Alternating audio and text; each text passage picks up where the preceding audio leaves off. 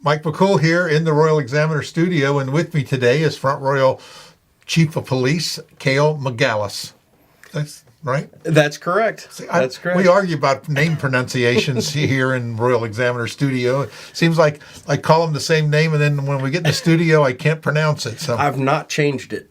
I can over the past 48 years, it's been Kahle Magalis the entire time. That's great. Well, it's almost August, and the first Tuesday in August is National Night Out. That's right. Are you all prepared? We're ready for it. So tell us a little bit about National Night Out and what it's for, what it does, and why it's going on here every year. Actually, throughout the whole country. It is. It's a national project. It was born out of National Association of Town Watch, which was an organization that started back in the 70s.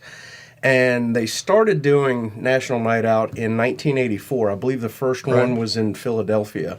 And they started it out as a national project, and I think there were, in the initial one, I think there were maybe 400 across the country. Right. And again, that was 1984, so this is the 39th year that National Night Out has occurred throughout the country. And I know we've been celebrating it here for, gosh, at least the past 15 years, maybe longer than that. So it's grown. I think there's over 17,000 communities across the nation that participate in National Night Out as of now. So. Right, and it's happening here on, was that August the 2nd? Is that correct? Yes, sir. And Tuesday, August the 2nd. And it's downtown at the Gazebo? Yes, sir. And if you've never attended, there is tons of stuff going on that evening. Yes. Does it start around 6? What's the time? 6 o'clock. It'll run from 6 to 9 on Tuesday evening.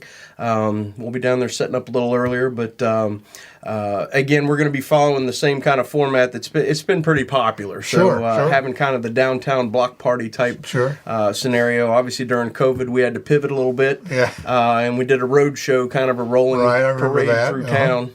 And stopped off at various locations. But after the pandemic, we were able to get folks back together, and the restrictions weren't there. So we brought it back downtown for the block party that the public has come to enjoy and expect. Right. So. And again, we focus a lot of attention, obviously, on the community, but a lot of our young citizens. Right. And you have a lot of games and activities and food and food and. Yes, sir. Yes, sir. We do try to have a lot of activities for our young folks because that's they're the future. Sure. And that's one of the biggest purposes of National Night Out is to build those relationships within the community and get to know your neighbors. You'll have a few other organizations show up, don't they? Oh yeah, absolutely. Well, obviously all of public safety will be represented. Right. PD will be there. The sheriff's office will be there. Fire and rescue will be there.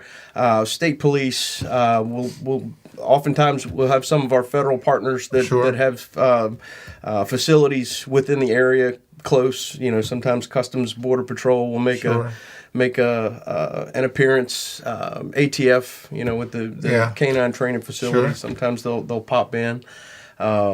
So occasionally the park rangers will slide downtown for a little bit. So it's a good opportunity. You never realize how many different law enforcement jurisdictions actually exist. There's a lot of them. There actually is. Yeah. In Someone, this area. I think I recall somewhere, like in the Washington, D.C. area, there's like 300 law enforcement agencies. Yeah. It's the most saturated area in the country is like in this metro Washington area. It's amazing. Well, just about every federal organization has a headquarters in D.C., so it makes sense that there are. But even out here in Warren County, I mean, we've got obviously our first responders here, PD, Sheriff's Office, Fire Rescue, State Police, but you've also you've got DEA and FBI that have offices here. You've got in our particular jurisdiction, you've got the national park. Right. So you've got the park rangers. We've got the state park. So you've got the conservation police and as well as the game wardens. Right. So you got the state park conservation police and the game wardens. So there are quite a few federal and we have a lot of visiting officers that come through the training up at Remount there, and you'll see police cars from all over the country. They come from all over the country, and they usually stay here for 12 weeks at a time. Yeah, it's great. I see them down at LD's or hometown or somewhere when when a new class comes in, they kind of congregate there for breakfast sometimes. I always welcome them and thank them for coming because it's great. Bring your money, spend it, and get on out of here. That's right. That's right.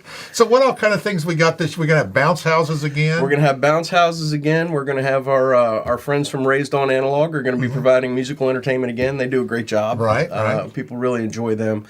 We'll obviously have food vendors. I think we've got Carolina Dreamin's going to be coming. Yeah, that barbecue. He does a great job on that. Phenomenal. He's been smoking that barbecue. Yeah. I know, it's great. And he's very supportive of our local DECA programs through the school. So yeah, that's Rick Gardner. He's the DECA advisor. Yeah. I think he's getting right close to retirement time too. Yeah. But if it wasn't for him, this DECA just wouldn't have gone off the ground. And they do such a great work with young people. The kids went to state this year. Yeah, so they've nationals. really done well. Yeah, and we had several went to the national competition that placed in nationals. I think second and fifth or something. That's a big deal. It is. That's a big deal. So we really like to support them. Yeah.